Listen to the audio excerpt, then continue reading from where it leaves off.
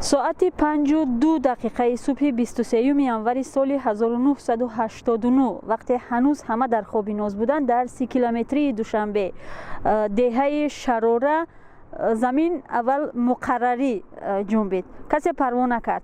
بعدا این زلزله به 6 و 7 بال برابر شد. در نتیجه این زلزله ادیر یا تپه های اطراف ده با آب و لای آمیخته شده به بالای قشلاق فرو ریخت و شراره را با باشندگانش زیر 15-20 متر قبت خاک پوشانید.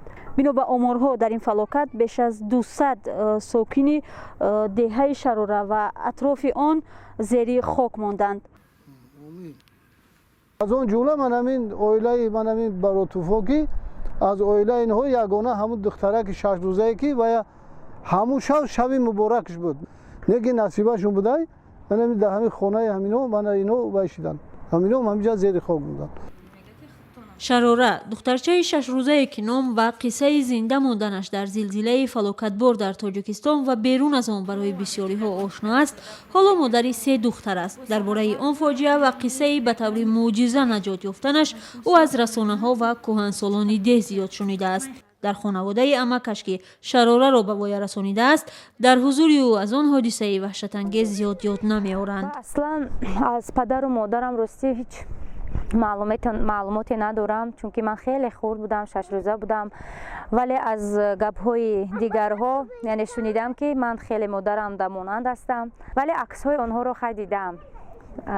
عکس‌های پدر و مادرم را دیدم، ولی از برادر و خواهرانم ندیدم.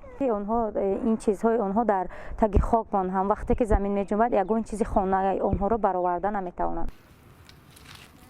به سرنوشت شراره که از روزهای اول زندگی رسانه‌ای بود تا هنوز توجه زیاد است. با گذشت 12 ساله از زلزله به نقل شراره از ناحیه و مناطق دیگری کشور مردم به عیادت او آمده از وضع و زندگی فعلیش پرسان می‌شدند. کجایی که نروم البته شراره که گویم تمام آدما میشناسند، تمام کشوری که نروم در حدود تاجیکستان همه میدونند کدام شهری که باشد میشناسند که شراره کلان شده، مثلا اویله دار هستی، فرزنددار هستی گفته. البته این خیلی بسیار است من. در برابر حال و روزگار شراره توجه به سرنوشت پول‌های هم که به نام او در صورت حسابش جمع آوری میشد زیاد است، اما شراره به اندیشه بسیاری ها میلیونر و میلیاردر میگوید درباره صورت حساب و کمک پولی ها چیزی نمیداند و تلاش‌هایش هم برای دریافت اطلاع در این باره بی نتیجه بوده است.